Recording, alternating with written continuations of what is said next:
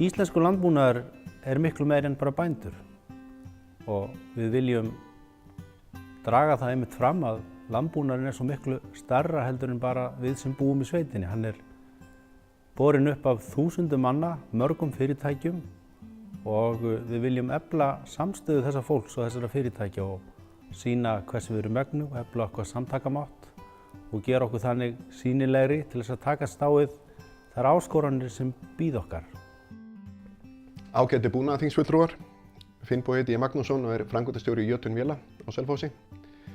Við höfum starfað með bændum núna í mörg ár og einn af okkar áherslupunktum hefur verið kringum íslenska jarðrækt. Við sjáum mikil tækifæri í jarðræktinni sem slíkri. Jarðræktin eins og menn vita undirstaða alls annars landbúnaðar. Við getum ræktað mikið meira en við gerum í dag. Margar nýja tegundir sem áhugavert að rækta hérna. Landbúnaður á Íslandi á eftir að vegna vel í framtíðinni ef við höldum áfram að byggja upp það umhverfi sem við viljum starfa í.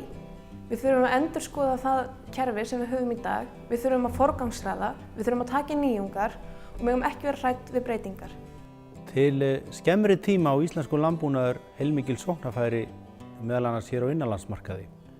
Hann á sóknarfæri vegna þess að ferðamönnum fjölgar, hann á sóknarfæri vegna þess að kröfur neytandana að breytast og íslenskur landbúnaður og íslenski bændur þurfa að hlusta á þær kröfur og bregðast við þeim því að það eru líka mikil sóknarfæri. Helgi Rafn Gunnarsson heiti ég. Ég framkvæmdastjóri í Bíóbú sem fyrirtæki sem var stofnað 2002 og sérhæft í vinnslu á lífrænum mjólkurvörum. Allt frá stofnun Bíóbú hefur gengið nokkuð vel. Það hefur verið stöðugur og lífrænn vöxtur öll árin. Undanfarin 5 ár hefur státað af 12% magnaaukningu á ári að meðaltali. Það hefði getið verið meiri vöxtur en það hefði verið skortur á lífrænni mjólk sem hefur helst staðið okkur fyrir þrifum.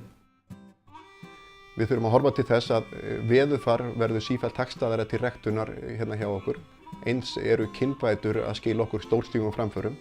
Þarna eigum við klálega mikil tækifæri í framtíðinni samfara eflingu jarðræktar og akuryrkju. Ég tel að það sé mjög nauðsynlegt að stofna landbúnaðarklasann fyrir unga bændur þar sem við getum komið fram undir okkar formerkjum, sagt okkar skoðanir og tekið þátt í íslensku landbúnaði. Ég kalla þetta verkefni okkar líka íslensku landbúnaðarfjölskyldunar því að íslensku landbúnaður á svo mörg sóknarfæri. Hann á sóknarfæri hér á innanlandsmarkaði sem ekki síst felast í því að hingað koma í vaxandi mæli ferðamenn.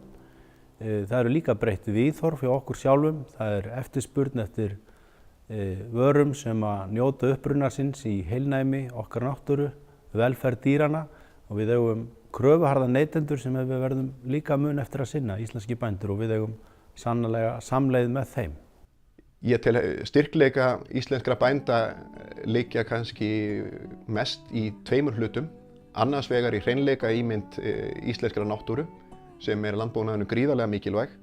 Hins vegar finn ég oft í samræðum mínum við erlenda bændur hvað öfund okkar af öllu þessu ósnerta landbúnaðarlandi. Framleiðendur íslenskra búvara, bændur og afurðastöðvar geta örugglega unnið betur saman að sameiginlegum hagsmunum. Það verður til þess hægt að mynda hóp áhugasamra einstaklinga í hverri sveit, greina styrkleika og hverja sveitar og vinna saman að því að skapa sveitinni sérstöðu. Til lengri tíma verðum við að hugsa landbúnaðinn okkar, hvaða hlutverki hann á að gegna í heiminum öllum því að heimurinn að breytast mjög hratt. Það gríðarlega mikil eftirspurn eftir matvælum í heiminum og íslenskur norðurslóðalandbúnaður hann á líka sín tækifæri þar vegna þess að með aukin eftirspurn á styrki samkeppnisstaða íslenska landbúnaðarins. Í fyrsta lagi spáð að ferðamönnum til Íslands muni fjölga upp í 2 milljónir árið 2020. Þessi aukning ferðamanna ein og sér mun auka eftirspurn eftir íslenskum matvælum á bilinu 30–40%. Hins vegar tel ég veruleg tækifæri fyrir okkur liggja í útflutningi á landbúnaðarvörum á komandi árum. Bæði vegna þess að matvælaverð almennt séð fer hækkandi í heiminum, en hins vegar líka vegna þess að fólk verður sífellt meðvitaðra hvað það lætur ofan í sig og tilbúið að borga hærri upphæðir fyrir vandaða á vöru sem það treystir. Ég veit að grasið alltaf græna þar sem það vökvað. Því biðla ég til ykkar, kæru fulltrúar á búnaðarþingi 2014, að standa vörð landbúnaðinn og að hleypa okkur á borðinu líka.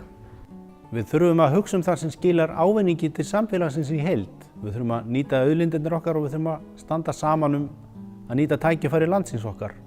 Við eigum að nálgast íslenska landbúnaðinn og umræðan íslenska landbúnað út frá hugmyndinni samfélagslega ábyrgð og takist okkur það, þá eigum við mikil tækifæri og að þeim tækifærum viljum við vinna með ykkur. Hér öflug stétt bænda, metnaðarfullir nýjungagerðir sem góður kostur því þeir þurfa að hlusta á neytandann og svara kalli nútímans. Því tel ég mikilvægt að við bændur setjum saman með stjórnvöldum og mótum sóknarstefnu næsta áratugar eflingar og vaxtar í íslensku landbúnaði.